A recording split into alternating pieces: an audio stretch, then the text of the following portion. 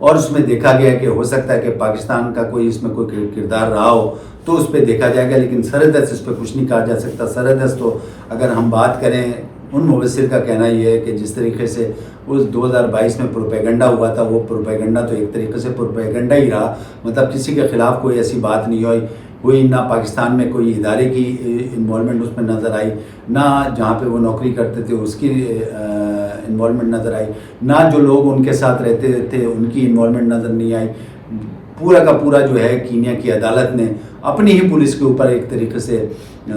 تعدیبی کارروائی کے لیے کہہ دیا اور ایک طریقے سے انصاف مل گیا، اور ایک طریقے سے انہوں نے کنفرم کہہ دیا کہ پولیس نے جو ہے ان کو ڈیلیبریٹلی مارا ہے، یہ کوئی پلاننگ کے تحت مارا ہے۔ تو اب یہ بات تو پروپیگنڈا جو تھا کہ پاکستان کا کوئی ادارہ ملوث ہے وہ تو نہیں ہے، یہ تو پروپیگنڈا ہی رہا۔ تو ان مبصرین کا یہ بھی کہنا ہے کہ دیکھیں آپ پاکستانی شہری ہے، اس کو پاکستان میں جو ہے انصاف ملنا چاہیے تھا، سب لوگ اس کا انتظار کرتے، پاکستان میں انصاف نہیں ملا۔ ایک کینیا میں جو ایک غیر ملک ہے وہاں وہ جا کے صرف رہ رہے تھے، وہاں کی پولیس نے ان کو مارا، اور وہیں کی پولیس نے وہیں کی عدالت نے ایک طریقے سے ان کو انصاف دے دیا، اور اس کے ساتھ ساتھ ان کی اہلیہ کو جو ہے مالی امداد بھی کی۔ بات کرتے ہیں عمران خان صاحب کی۔ عمران خان صاحب نے کچھ دن پہلے ایک درخواست عدالت میں دی تھی، اور اس عدالت کے سلسلے میں درخواست یہ تھی کہ ان کے بیٹوں سے جو ہے ویڈیو کال واٹس ایپ پہ جو ہے کرا دی جائے تاکہ وہ بچوں کو دیکھ سکیں، بچے ان کو دیکھ سکیں۔ اب اس سلسلے میں کل جو ہے انسداد دہشت گردی کی عدالت میں اس کی سماعت چل رہی تھی، اور اس پہ جج صاحب نے استفسار کیا خاص طور پہ جیل حکام سے کہ جی آپ جو ہے عمران خان صاحب کی ان کے بچوں سے ویڈیو کال پہ بات کیوں نہیں کراتے، تو جس پہ جیل حکام نے یہ کہا کہ ویڈیو کال ہم کرا ہی نہیں سکتے کیونکہ کسی قیدی کے لیے یہ الاؤ نہیں ہے، جیل مینول میں یہ چیز ہے ہی نہیں، یہ قانون میں بھی نہیں ہے کہ کوئی بھی قیدی جو ہے وہ ویڈیو کال جو ہے وہ اپنے بچوں سے یا اپنے ریلیٹیو سے کر سکتا ہے۔ تو اس طریقے سے جب یہ بات ہوئی تو ظاہر ہے کہ جج صاحب نے یہ اپلیکیشن ایک طریقے سے درخواست مسترد کر دی، اور باقاعدہ وہاں وکلا سے کہہ دیا کہ چونکہ قانون میں گنجائش نہیں ہے تو اس وجہ سے اس قسم کی آپ لوگ اپلیکیشن یا درخواست نہیں دیا کریں۔ اس کے علاوہ جیل حکام نے یہ بھی کہا کہ ان سے باقاعدہ ایک چیز کی تو ان کو اجازت ہے کہ یہ ایک مہینے میں 2 دفعہ جو ہے وہ وائس کال پہ جو ہے اپنے بیٹوں سے بات کرتے ہیں، تو یہ بھی بات سامنے ہو گئی۔ لیکن بہرحال جو ویڈیو کال کی جو درخواست تھی وہ جج صاحب نے مسترد کر دیا۔ اب اس پہ ظاہر ہے کہ تبصرے شروع ہوئے، بہت سے لوگوں کا یہ کہنا ہے کہ عمران خان صاحب ایک طریقے سے اگر وہ کال کرتے اپنے بچوں کو ویڈیو کال تو ظاہر ہے کہ ان کے بچے جو ہے وہ اس کو ریکارڈ کر لیتے، اور ریکارڈ کر لیتے تو اس میں ہو سکتا ہے کہ بہت سی ایسی باتیں کرتے کہ اپنے ساتھ جو ان کے ساتھ زیادتی ہو رہی ہے وہ بتاتے، یا جو جس سیل میں وہ رکھے ہیں وہ دکھاتے، اس قسم کی بات کرتے، یا کچھ اور بات کرتے جو وہ ریکارڈ ہو جاتی ہے اور وہ انٹرنیشنلی پھر وہ چلی جاتی، یعنی وہ بہت سے اداروں میں چلی جاتی ہے، جو آپ کے ہیومن رائٹس کے ادارے ہیں وہ چلے جاتے ہیں۔ تو لوگوں کا یہ کہنا ہے، ان مبصر کا یہ کہنا ہے کہ ریاست اس لیے ان سے ویڈیو کال نہیں پہ بات نہیں کرا رہی کیونکہ وہ یہ سمجھتے ہیں کہ اگر ویڈیو کال کرا دی تو وہ جو ہے اس طریقے سے پوری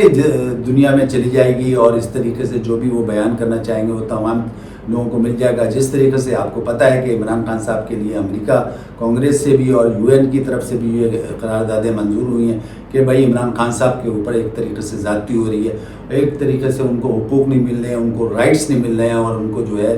بھیجا بند کیا ہوا ہے۔ اور امریکن کانگریس کی طرف سے جو قرارداد منظور ہوئی تھی اس میں تو یہ بھی کہا گیا تھا کہ 8 مئی کے جو الیکشن ہیں وہ منصفانہ نہیں ہوئے تھے، اس کی بھی تحقیقات ہونا چاہیے۔ تو اس قسم کی، تو اس وجہ سے لوگوں کا یہ کہنا ہے کہ اس وجہ سے جو ہے وہ عمران خان صاحب کو اس کی اجازت نہیں دی گئی کہ وہ ویڈیو کال پہ اپنے بچوں سے بات کر سکیں۔ حالانکہ جیل حکام نے یہ کہہ دیا کہ کسی بھی قیدی کو،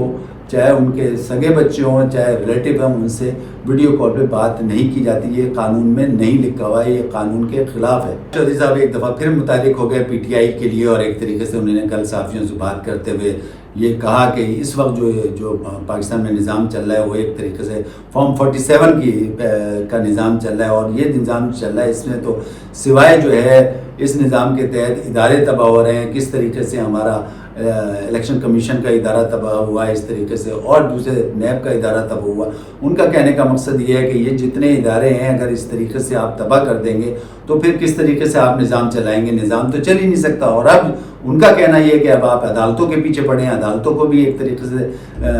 منصفانہ فیصلے نہیں کرنے دے رہے ہیں، ایک طریقے سے اس کے اوپر بھی مطلب ایک طریقے سے دباؤ ہے، پریشر ہے. تو یہ کہنا ہے ان کا، کہنا کہ یہ کہ اگر اس طریقے سے سارے اداروں کو آپ تباہ کر دیں گے تو کس طریقے سے ملک چلائیں گے. اس کے علاوہ انہوں نے کہا کہ ملک جو ہے بغیر سیاسی استحکام کے چل ہی نہیں سکتا. آپ نے معیشت کو بھی تباہ کر دیا، آپ نے اداروں کو بھی تباہ کر دیا، تو اس طریقے سے تو کچھ بھی نہیں ہو سکتا. اور اس کے علاوہ انہوں نے ساتھ میں یہ بھی کہہ دیا کہ سیاسی استحکام آپ جب تک نہیں ہو سکتا پاکستان میں جب تک آپ عمران خان صاحب کو اس پروسیس میں نہیں لائیں گے. اب ان کا کہنے کا مقصد یہ ایک طریقے سے انہوں نے ایک فیور کا ایک طریقے سے اسٹیٹمنٹ دے دیا اور یہ کہا کہ آپ نے دیکھا کہ جب سے عمران خان صاحب جیل میں ہیں سیاسی استحکام کسی بھی طریقے سے نہیں آ رہا ہے. حالانکہ بہت دفعہ آفر بھی ہوئی، لیکن ان کا کہنے کا پھر یہی مقصد ہے کہ ریاست کو چاہیے ہے کہ جب عمران خان کے بغیر سیاست میں استحکام نہیں آ رہا اور جب سیاست میں استحکام نہیں ہوگا تو معیشت پروان نہیں چڑھ سکتی. تو بہتر یہ کہ اس پروسیس میں عمران خان صاحب کو لے کے آئیں. ان کا کہنے کا مقصد یہ ہے کہ ہر صورت میں جو ہے ان کو ڈائلاگ پہ لے کے آئیں. اور اس کے ساتھ ساتھ انہوں نے محمود خان اچرکزئی اور مولانا فضل الرحمان صاحب سے بھی کہا کہ ایک گرینڈ ڈائلاگ یا ایک تحریک چلائیں، خاص طور پہ پاکستان کے لوگوں کے لیے جو اس وقت مہنگائی میں دبے ہوئے ہیں. اس کے ساتھ ساتھ انہوں نے یہ بھی کہا، مولانا صاحب سے بھی ریکویسٹ کی اور اس کے علاوہ اچرکزئی صاحب سے بھی ریکویسٹ کی، اور اس کے علاوہ جو بھی اپوزیشن پارٹیز ہیں جو گرینڈ الائنس بن رہے ہیں اس پہ انہوں نے کہا کہ سب کو مل جانا چاہیے اور اس میں تحریک انصاف کو بھی آنا چاہیے اور ساتھ میں ایک بڑی تحریک چلانا چاہیے اور وہ تحریک پاکستان کے عوام کے لیے ہو جس طریقے سے وہ مہنگائی میں پس رہے ہیں. اس کے ساتھ ساتھ انہوں نے یہ کہا کہ جو بھی بجلی کے بلوں کا مسئلہ چل رہا ہے، بجلی کے بلوں کا میں تو یہ کہتا ہوں کہ کسی بھی صورت میں یہ بجلی کے بل جو اگلی دفعہ